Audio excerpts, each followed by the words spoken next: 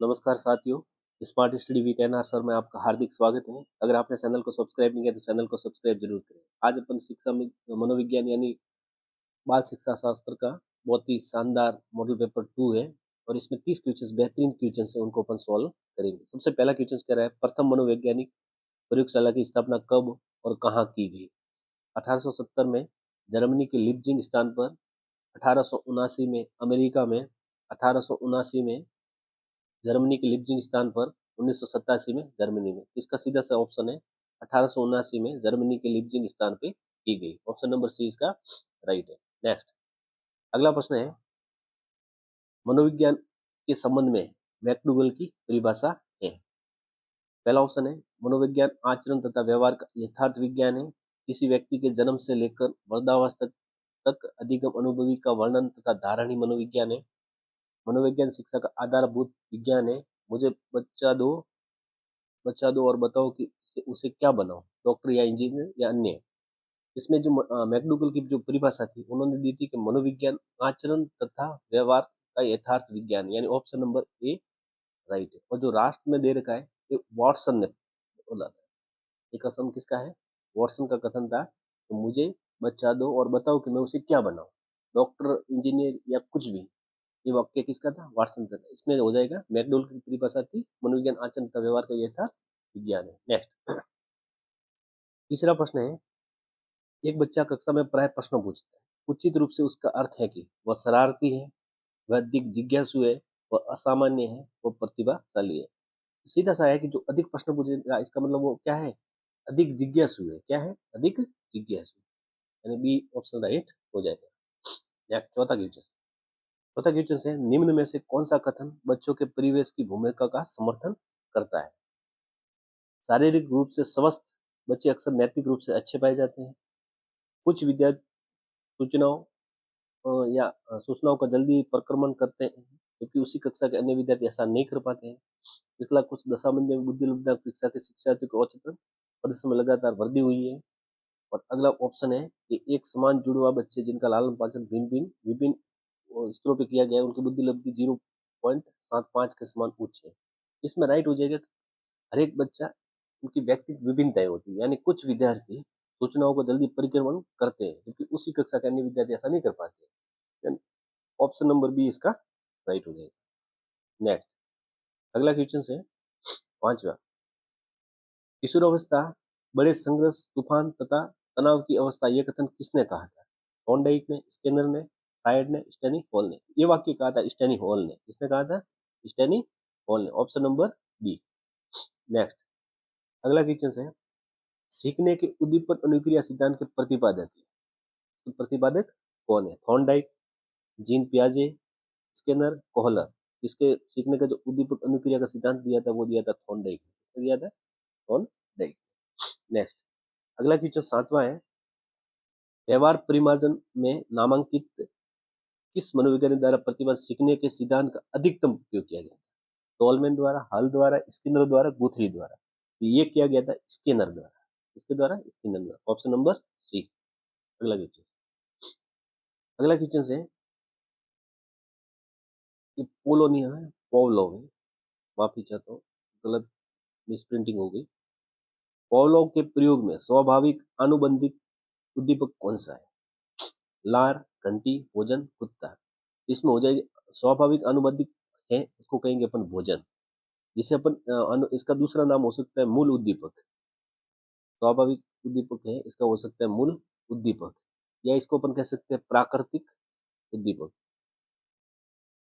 या फिर इसको कहते हैं यूसीएस। ये इसी के नाम है, मूल उद्दीपक, प्राकृतिक उद्दीपक, यूसीएस, यानी भोजन हो जाएगा। नेक्स्ट, नवा प्रश्न है, पियाजे के अनुसार निम्नलिखित में से किस बच्चों के चिंतन का एक महत्वपूर्ण साधन नहीं माना है? संकेत, चिन्ह, खेल, भाषा। तो सीधा सा अर्थ है, इसमें भाषा को नहीं माना है। इसको नहीं माना है? भाषा को नहीं माना। नेक्स्ट, अगला क्वेश्चन 10वां है, वुडवर्थ ने चिंतन के कितने तत्व बताए? 4, 5, 7, 10। वुडवर्थ ने 5 चिंतन बताए थे। कितने चिंतन बताए थे? 5 चिंतन के तत्व बताए थे। कौन कौन से थे? पहला था प्रत्यक्षीकरण। प्रत्यक्षीकरण पहला बताया था इसने प्रत्यक्षीकरण। दूसरा बताया था विश्लेषण। क्या बताया था? विश्लेषण। अगला बताया था तुलना। क्या बताया था? तुलना। चौथा बताया था संश्लेषण। संश्लेषण। और लास्ट बताया था नामकरण। नामकरण। ये वुडवर्थ ने चिंतन के 5 तत्व बताए थे। कौन कौन से थे? प्रत्यक्षीकरण, विश्लेषण, तुलना, संश्लेषण और नामकरण। ये 5 चिंतन बताए थे। किसने बताए थे? वुडवर्थ। ऑप्शन नंबर बी इसका राइट हो जाएगा। नेक्स्ट, अगला क्वेश्चन है, मैंने एक बच्चे को एक अवधारणा समझाने का प्रयास किया, पर वो इसे नहीं समझ पाया, परंतु कुछ वर्षों बाद में जब इस बच्चे को ही अवधारणा को समझने का प्रयास किया तो तुरंत समझ गया। उसने क्या किया? समझाने का प्रयास किया, उसने तुरंत समझने का प्रयास किया और तुरंत समझने लगा। अभ्यास, सहयोग, परिपक्वता, अधिक परिवार। इसमें सीधा सा आंसर है परिपक्व हो गया। 2 साल का बालक है, आपने जैसे उसको साइकिल सिखाने का प्रयास किया, लेकिन वो साइकिल नहीं सीख पा रहा है, लेकिन वही 10 साल होने के बाद में साइकिल अपने आप सीख रहा है। इसका मतलब वो क्या हो गया? परिपक्व। यानी ऑप्शन नंबर सी इसका राइट हो जाएगा। नेक्स्ट, अगला क्वेश्चन है, निम्नलिखित में से कौन सा कथन सही नहीं है? आवश्यकता वंचना की शारीरिक अवस्था नहीं है। अंतर्नोद आवश्यकता का मनोवैज्ञानिक परिणाम है। आवश्यकता व अंतर्नोद समान नहीं है बल्कि समांतर है। मूल प्रवृत्ति अतिरिक्त जैविक बल है। यानी इसमें मूल प्रवृत्ति आंतरिक जैविक बल है, सही है। आवश्यकता अंतर्नोद समान नहीं है, समांतर है, ये भी सही है। अंतर्नोद आवश्यकता का मनोवैज्ञानिक परिणाम है, ये भी सही है। आवश्यकता वंचना की शारीरिक अवस्था है, इसमें देर का नहीं है, इसका मतलब ये गलत है। ऑप्शन नंबर ए इसमें राइट हो जाएगा। नेक्स्ट, अगला क्वेश्चन है, प्रेरकों का वर्गीकरण अनेक विद्वानों ने किया। मैस्लो द्वारा किया गया वर्गीकरण सही ढंग से भिन्न में से किस विकल्प में दी गई? जन्मजात स्वाभाविक, जन्मजात अर्जित, जैविक एवं जन्मजात, सामाजिक एवं कृत्रिम। तो जो मैस्लो ने दिया था वो दिया था जन्मजात एवं अर्जित। क्या दिया था? जन्मजात एवं अर्जित।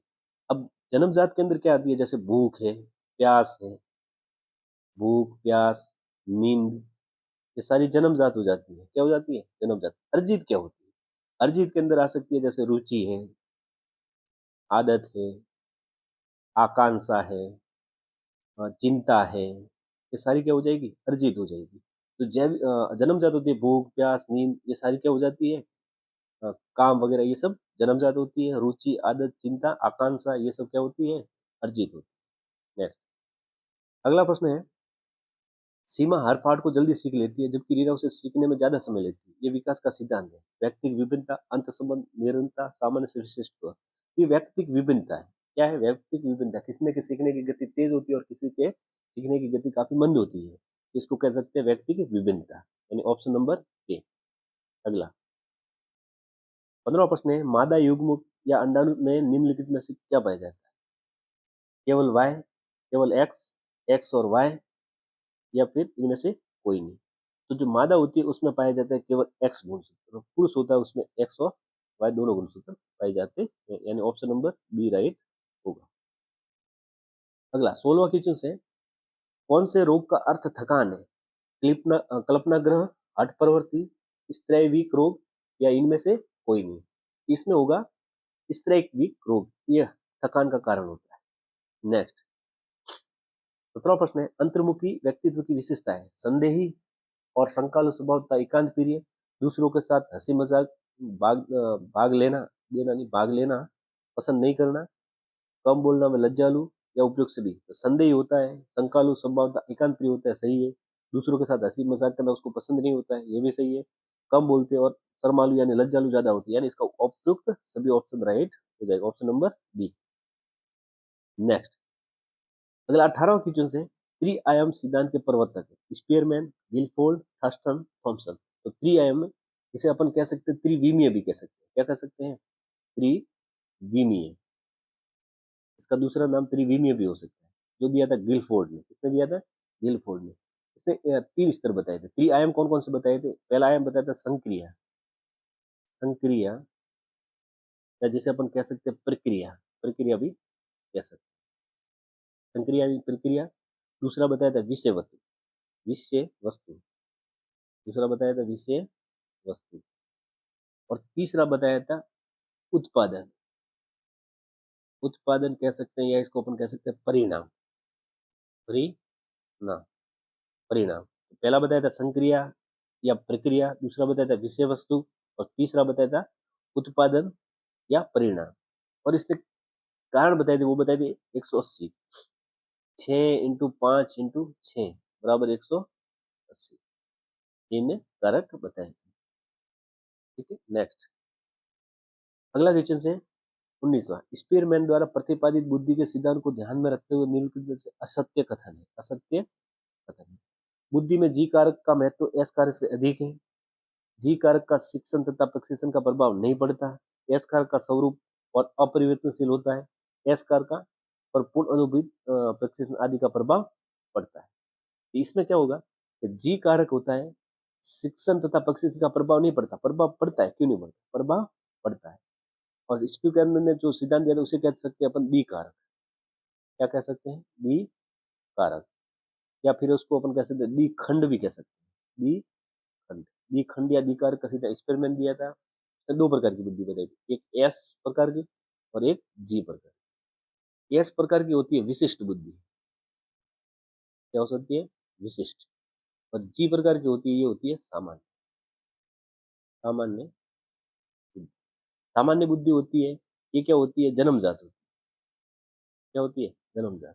और स्थिर भी होती है। क्या होती है, स्थिर भी होती है। ये गतिशील भी होती है और परिवर्तनशील भी हो सकती है। तो क्या वो दिया था इन्होंने, जी कारक का परीक्षा का प्रभाव नहीं पड़ता, प्रभाव जरूर पड़ता है। नेक्स्ट अगला क्वेश्चन है, सृजनात्मक का प्रारंभ कौन सी अवस्था में हो जाता है, शैशवा, बाल्यावस्था, किशोरावस्था या उपयुक्त सभी। तो जो सृजनात्मक क्रिएटिविटी जो करते हैं वो बाल्यावस्था में हो जाता है, यानी बी ऑप्शन।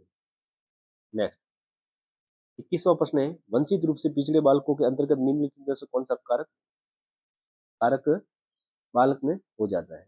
कौन से बालक में होता है, कौन से बालक में होता है, आते नहीं है।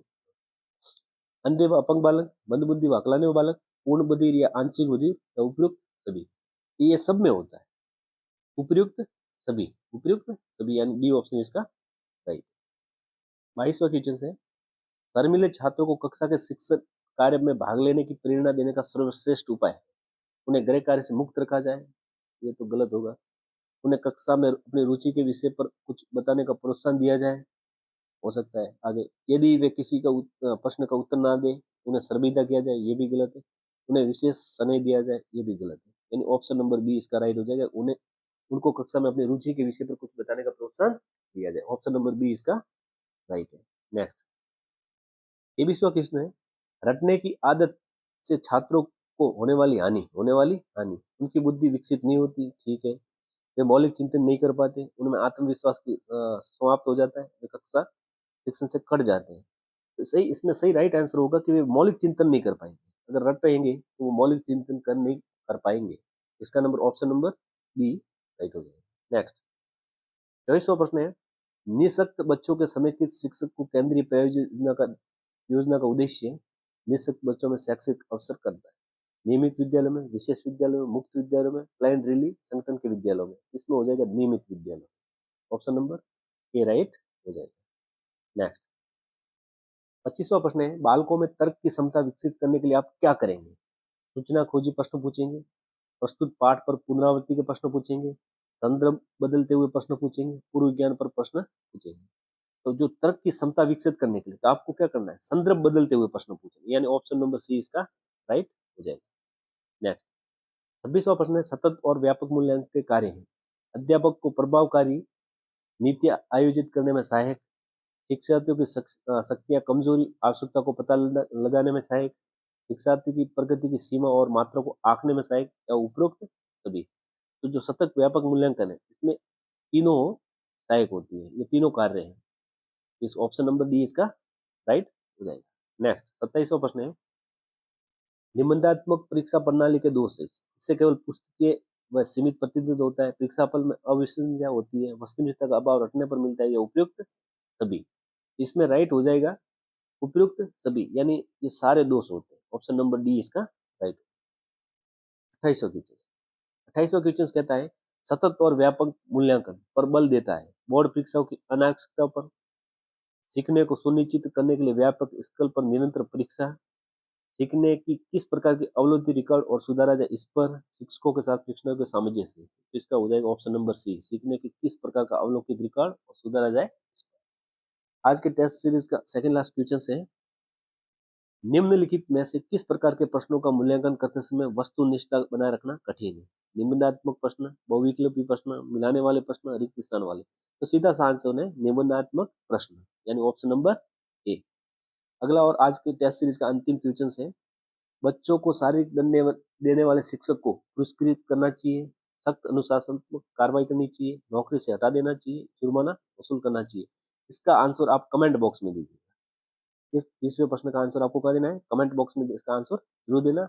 अगर आपको ये टेस्ट सीरीज अच्छी लगी हो तो चैनल को सब्सक्राइब जरूर करना और इस वीडियो को जितना अधिक हो उतना शेयर करना। धन्यवाद। जय हिंद, जय भारत। अगले वीडियो में जरूर मिलते हैं आपसे।